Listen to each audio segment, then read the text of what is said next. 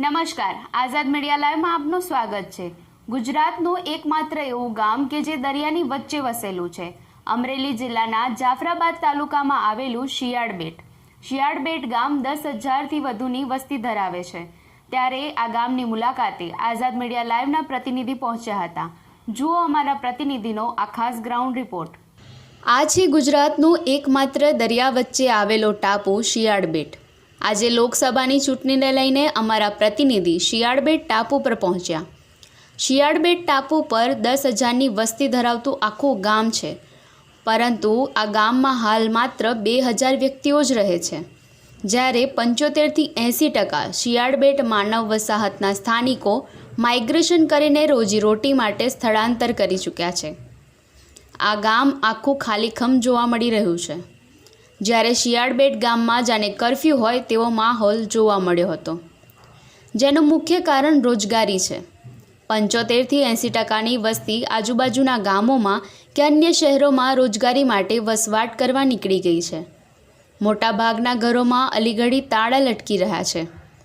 લોકસભાની ચૂંટણીનું મતદાન નજીક છે અને ચૂંટણી પંચ દ્વારા વધુને વધુ મતદાન થાય તેવા પ્રયાસો કરવામાં આવી રહ્યા છે, પરંતુ શિયાળબેટ ગામમાં 5,500 આસપાસનું મતદાન છે।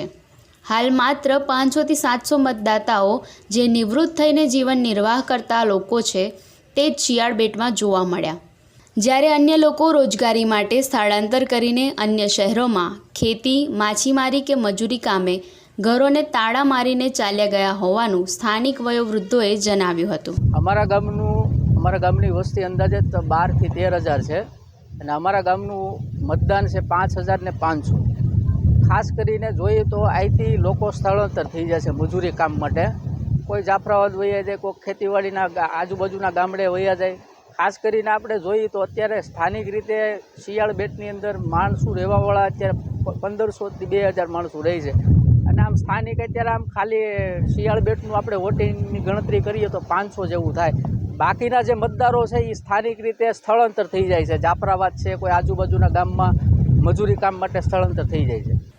શિયાળબેટના મોટાભાગના ઘરો ખાલી છે, તો વયોવૃદ્ધ મહિલાઓ જ ઘરમાં કામકાજ કરી રહી છે અને દીકરાઓ કામ અર્થે બહાર વસવાટ કરતા હોવાનું મહિલાઓએ જણાવ્યું હતું।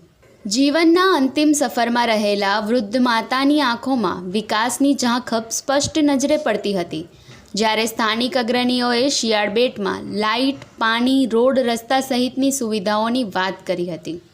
રાજ્યનું એકમાત્ર શિયાળબેટ ટાપુ પર સરકારી તંત્ર દ્વારા રોજગારી માટે ખાલીખમ ગામમાં મતદાન વધુ થાય તે અંગે અવેરનેસ વધારવાની આવશ્યકતા વધુ જોવા મળી રહી છે।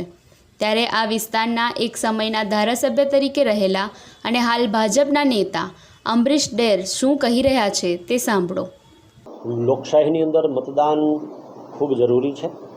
લોકશાહી ચૂંટણીનું સૌથી મોટું પર્વ છે એવું કહી શકાય। મતદાન સ્વાભાવિક છે કે મતદાનનો સમય હોય ત્યારે રોજીરોટી કમાવા માટે, પોતાના ઘરનું ગુજરાન ચલાવવા માટે, પોતાના બાળકો ભણાવવા માટે, પોતાના વડીલ વૃદ્ધ મા બાપને કંઈ જરૂર પડે તો આરોગ્યની સેવાઓ સારી રીતે મળી રહે એના માટે પૈસા કમાવા માટે સ્વાભાવિક છે કે બધા જ લોકો ખૂબ મહેનત કરતા હોય છે। વાત કરીએ દરિયાઈ પટ્ટીને, ખાસ કરીને શિયાળબેટ એવું બેટ કે જ્યાં જવા માટે પણ હોડીમાં જ અવરજવર કરવી પડે છે। રોજગારીની કોઈ તકો ન હોવાને કારણે છેલ્લા ઘણા સમયથી લોકો માત્ર ચોમાસાના 4 મહિના જ મોટાભાગે ત્યાં હોય છે, બાકી 8 મહિના ગુજરાતના વિવિધ ક્ષેત્રોની અંદર રોટી કમાવા માટે જ્યારે જતા હોય છે ત્યારે ચોક્કસ પ્રમાણે સરકારે આ બાબતમાં વધુ પણ ધ્યાન દઈ અને મહેનત કરવી જોઈએ। અત્યારે જે રીતે સરકાર મહેનત કરી રહી છે મતદાન કરવા માટે, લોકોમાં અવેરનેસ આવે, લોકોમાં જાગૃતિ આવે એના માટે, પણ આ બાબતે પણ જો સરકાર ગંભીરતાથી કંઈક વિચારે તો ચોક્કસ પ્રમાણે આવનારા સમયની અંદર એ લોકોને પણ સ્થાનિક રોજીરોટી મળી રહે, જેથી કરીને આવા કોઈ લોકશાહીના પર્વો આવે ત્યારે એમાં ચોક્કસ પ્રમાણે ઉત્સાહથી ભાગ લેશે। રોજગારી માટે શિયાળબેટ વાસીઓ 8 મહિના બહાર રહેતા હોય છે અને ચોમાસાના 4 મહિના જ શિયાળબેટમાં સ્થાયી હોય છે। ત્યારે તંત્ર દ્વારા લોકશાહીના સૌથી મોટા પર્વ માટે જાગૃતતા લાવવા ખૂબ પ્રયત્નશીલ છે, પરંતુ સરકાર પણ જો રોજગારી માટે શિયાળબેટ વાસીઓ માટે કરે તો ચૂંટણીના મહાપર્વમાં મતદાન વધી શકે તેવું ભાજપના નેતા અમરીશ ડેરે જણાવ્યું હતું। જ્યારે સતત મતદાન જાગૃતિ અંગેના કાર્યક્રમો કરીને મતદાન વધારવા માટે ખુદ જિલ્લા વહીવટી વડા શિયાળ બેટ અને માછીમારો સાથે મતદાન જાગૃતિની બેઠકો કરી હોવાનું રાજુલાના પ્રાંત કલેક્ટર ડૉક્ટર મેહુલ કુમાર બરાસરાએ જણાવ્યું હતું.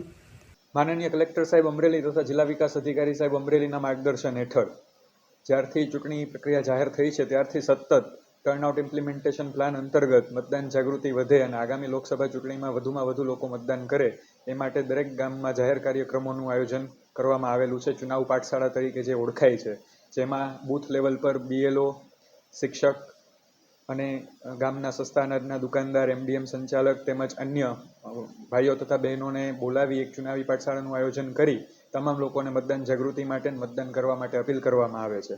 આ બાબતે અગાઉ પણ માનનીય કલેક્ટર સાહેબ અમરેલી દ્વારા રૂબરૂ શિયાળબેટ ખાતે મુલાકાત લઈ અને ત્યાંના હાજર લોકોને આગામી ચૂંટણીમાં મતદાન કરવા માટે જાગૃત કરવામાં આવેલા છે.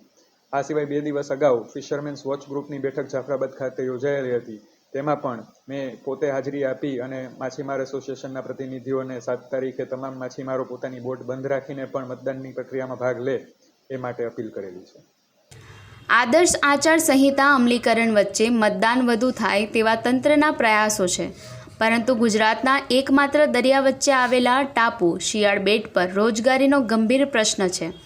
ત્યારે સ્થાનિક રોજગારીની તકો વધે તો મતદાન પણ વધી શકે તે અંગે પણ સરકારે વિચારવું જોઈએ. ભગવાન ભરવાડ, આઝાદ મીડિયા લાઈવ, જાફરાબાદ.